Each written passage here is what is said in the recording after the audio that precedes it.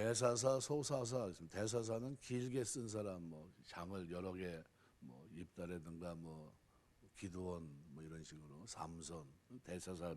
소사사는 이렇게 좀 짧게 이렇게 해서 소사사라고 이렇게 부릅니다. 12명의 사사 이름을 쭉 올리고 있는데 그 가운데 돌라와 야일은 소사사에 해당합니다. 큰 일을 한 건 아닌 것 같은데 그래도 사사로서 쓰임 받습니다.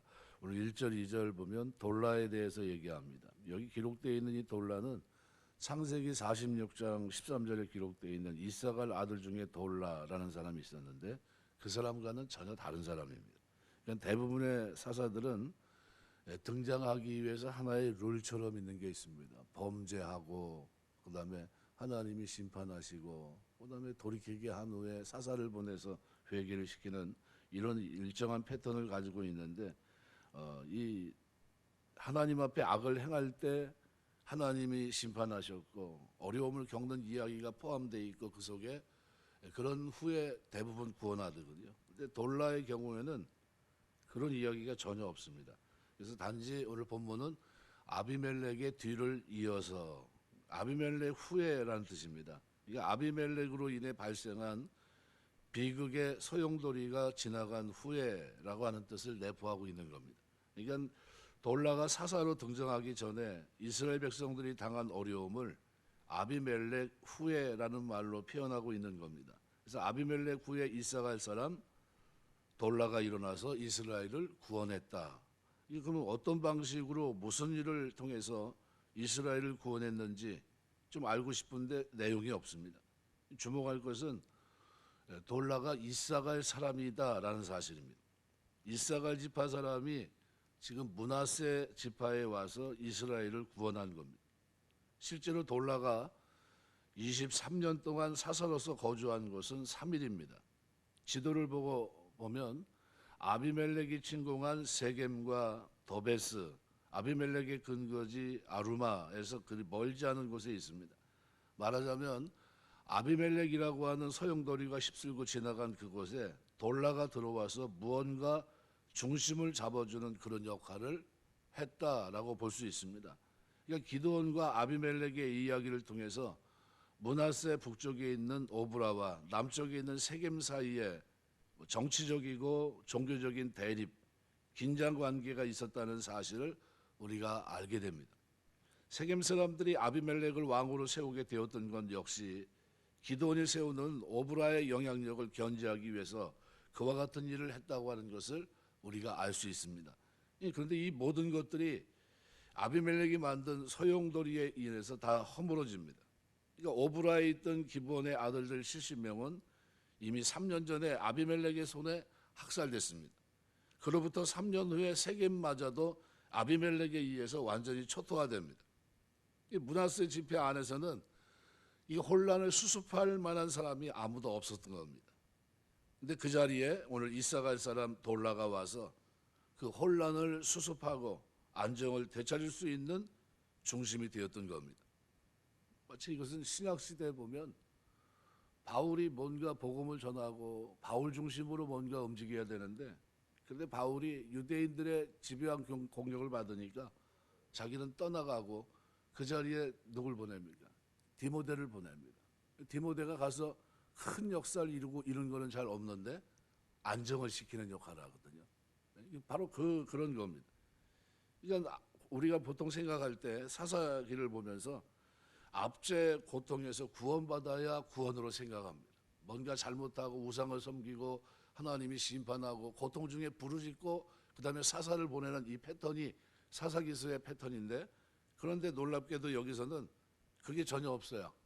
오히려 혼란 속에 있고 이미 무너져 있는 그 질서를 잡아가는 그 모습을 보여줍니다. 또 다른 형태의 구원을 보여주고 있는 거죠. 하나님은 므낫세 지파를 구원하기 위해서 므낫세 지파 가운데 누굴 세운 게 아니라 이사갈 지파 출신의 돌라를 사용하셔서 그 일을 이루십니다. 전혀 새로운 스타일의 사사가 등장한 거죠. 뭔가 회개하고 고통 속에 있고 부르짖고 그래서 그들을 구원하기 위해 사사를 세운 것이 아니라 오늘 이는 스스로 일어나서 분연히 그래서 오늘 본문을 보면 이렇게 아들 돌라가 일어나서 이렇게 돼 있습니다. 일어나서. 여태껏 보여줬던 사사들은 군사행동을 거친 후에 사사가 됐지만 이제는 굳이 그런 과정을 거치지 않아도 이스라엘 다스리고 구원하는 역할을 하는 그런 사사가 지금 등장한 겁니다. 이게 오늘 본문에 기록되어 있는 돌라, 이사갈 사람 돌라라고 표현하고 있는 것이고요. 또 하나는 길르앗 사람 야일입니다. 3절에서 5절 기록을 하고 있는데요. 야일 또한 그가 등장하기 전에 어떤 상황이었는지에 대한 설명이 없습니다. 단지 그 후라고 되어 있습니다. 그래서 앞에서 언급한 돌라가 죽은 이유라는 뜻입니다. 돌라는 23년 동안 사사가 되어 므낫세 지파의 중심을 잡아줬습니다. 그 이후 이번에는 야일이 등장해서 22년 동안 사사가 되었던 겁니다. 야일에 대해서는 길르앗 사람이다라고 짧게 설명합니다. 길르앗은 본래 이스라엘 12지파 안에 속한 공식 명칭이 아닙니다.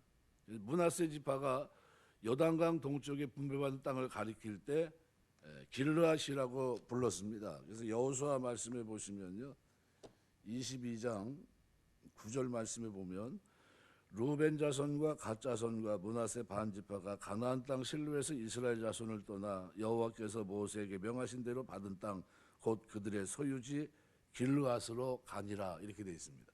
이건 공식 명칭이 아니죠. 그러니까 서쪽 므낫세 지파의 땅에서 돌라가 사사의 역할을 한 이후에 동쪽 므낫세 지파의 땅에서는 야일이라고 하는 사람이 사사의 역할을 하게 된 겁니다. 사사로서 야일의 역할은 돌라와 비슷한 것 같습니다. 군사적인 행동을 해서 그런 리더십을 가지고서 이스라엘 백성들의 지지를 받고 하나님 앞에 돌이키게 하고 이런 사사가 아니었습니다. 그들이 처한 상황, 특별한 상황이 뭔지에 대해서는 성경은 기록하고 있지 않습니다. 다만 공동체, 이스라엘 공동체, 혼란 속에 있는 공동체의 중심을 잡아주는 사사의 리더십이 필요했는데 바로 그 역할을 바로 야일이 감당했던 것으로 보입니다. 한 가지 독특한 점은 기드온처럼 야일에게도 30명의 아들이 있었다는 사실입니다. 30명의 아들이 쉽게 생기는 아들은 아니지 않습니까? 이 아들들이 모두 어린 나귀를 탔다. 이것은 길르앗 땅에 있는 성읍 30개를 소유했다는 뜻입니다. 30명의 아들이 각각 성읍을 하나씩 가지고 있었다는 거죠. 그 성읍들을 오늘 본문에는 하봇 야일의 동네라고 부릅니다. 이곳은 기드온이 살던 서쪽 므낫세 오브라에서 거의 직진 방향으로 요단강 맞은편입니다. 그러니까 여기에 우리는 본문이 야일과 기드온을 비교하고 있다는 사실을 알 수 있습니다. 그들은 동시대 사람은 아니었지만 야일도 기드온처럼 유력한 집안의 사람이었다는 거예요. 그죠? 우리가 말하면 분연이 일어났는데 가난한 사람이 일어난 게 아니라 아주 부유한 사람이 일어난 겁니다. 그리고 그가 하나님의 일들을 감당하면서 그 혼란기에 그 이스라엘 백성들에게 평안함을 가져다 줬다 이 얘기입니다. 그러니까 야일에게도 기드온처럼 많은 자녀가 있었습니다. 게다가 사는 동네까지 대칭에 가까워요. 모두 동쪽, 서쪽 므낫세 지파의 사사였습니다. 그럼 성경 기자가 이것을 기록하면서 뭘 얘기하고 싶었던 걸까요? 이 비교를 통해서 하고자 하는 이야기가 있을 겁니다.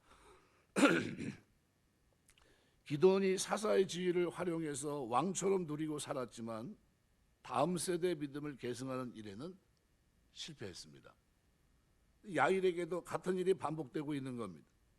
실제로 야일의 이야기는 다음에 등장하는 입다 이야기 여기에 도입 부분이 됩니다. 그러면 일어난 사람들 오늘 본문을 보시면 둘 다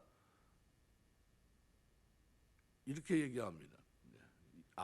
아비멜렉의 뒤를 이어 이사갈 사람 도도의 손자 부하의 아들 돌라가 일어나서 이렇게 얘기하고 3절에도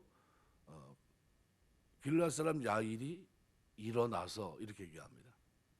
공동점으로 많이 얘기한다면 이 사람들은 뭡니까? 일어난 사람이라는 겁니다. 가만히 있어도 될 텐데 모른 척하고 눈 감고 외면하고 있어도 되는데 마치 내가 아니면 안 되는 것처럼 일어났던 사람들입니다.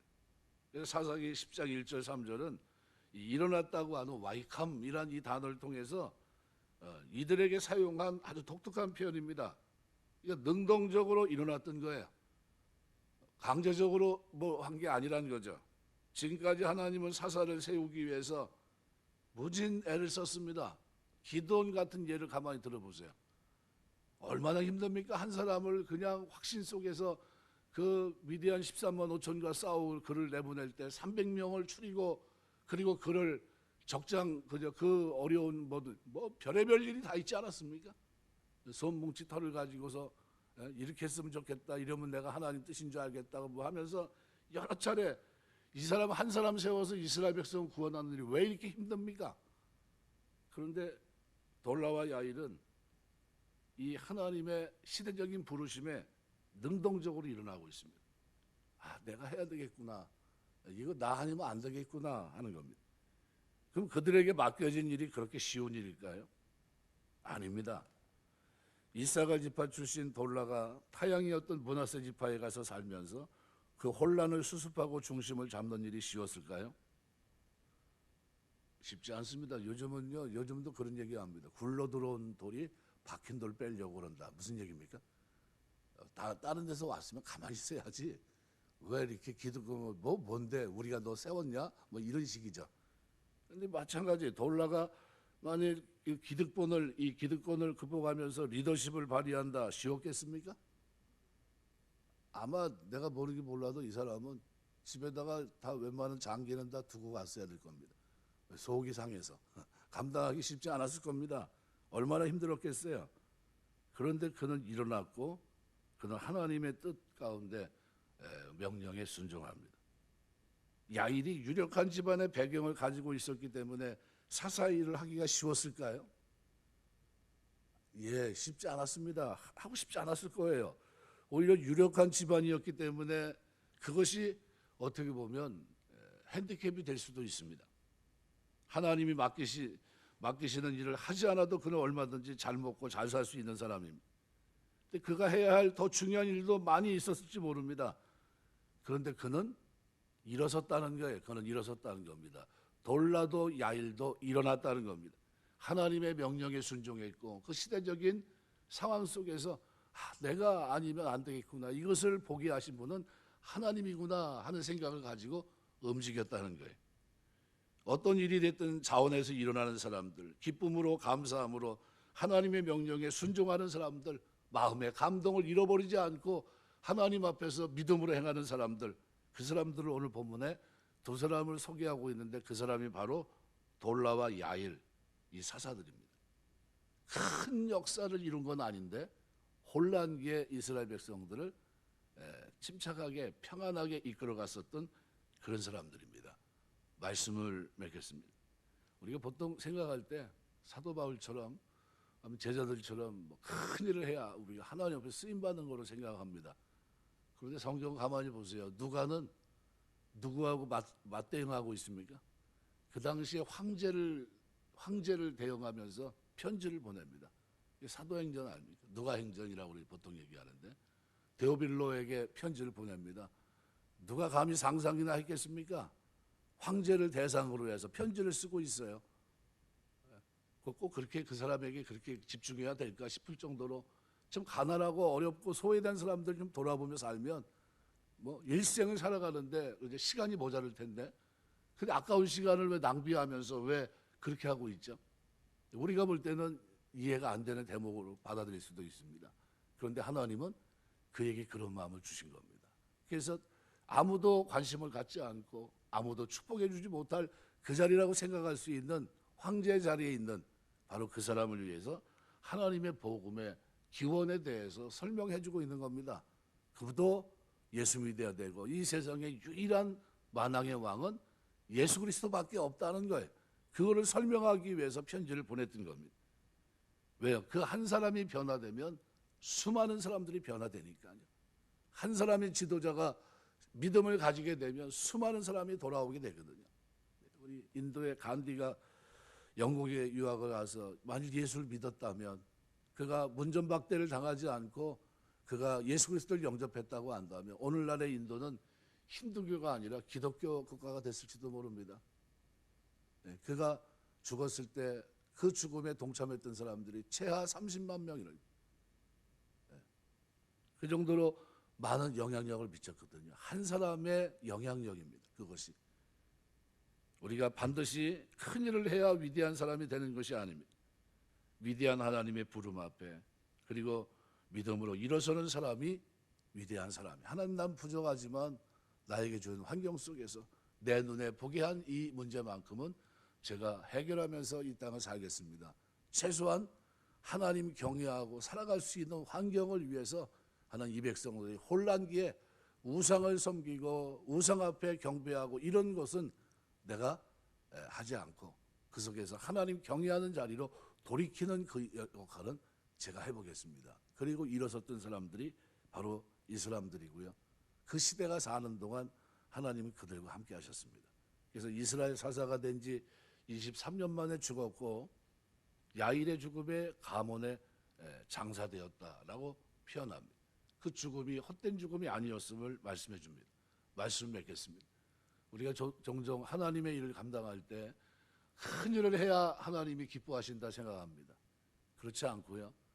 가정에서 하나님의 복음이 흐르게 하고 온 가족이 하나님의 통치를 받을 수 있도록 하나님 나를 세웠다고 하는 분명한 믿음을 가지고 가정 속에서 하나님 보낸 선지자처럼 그죠? 이 땅을 살아가고 있다면 그도 하나님 앞에 쓰임받는 귀한 종입니다. 여러분, 우리가 있는 그 자리에서 가만히 있지 마시고 일어설 수 있는 여러분 되시길 주의 이름으로 축원합니다.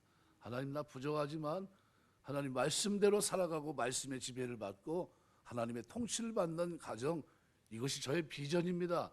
그리고 여러분 가정을 놓고 하나님 앞에 그 가정에 하나님의 복음이 흐르고 하나님의 은혜가 흐르는 그런 가정을 만들기 위해서 분연히 일어난다면 하나님은 그 시대를 평안케 하실 줄 믿습니다. 그 기도를 들어주실 뿐만 아니라 하나님의 큰 역사를 이룬 것보다도 더 아름다운 하나님이 기억할 만한 그런 인생으로 오늘 우리를 붙들어 주실 줄 믿습니다. 돌라와 야일, 하나님이 그들을 쓰셨습니다. 핸디캡이 있었지만 그러나 그것을 극복하면서 이건 내가 아니면 할 수 없는 일이다 생각하면서 그 일을 감당했던 겁니다.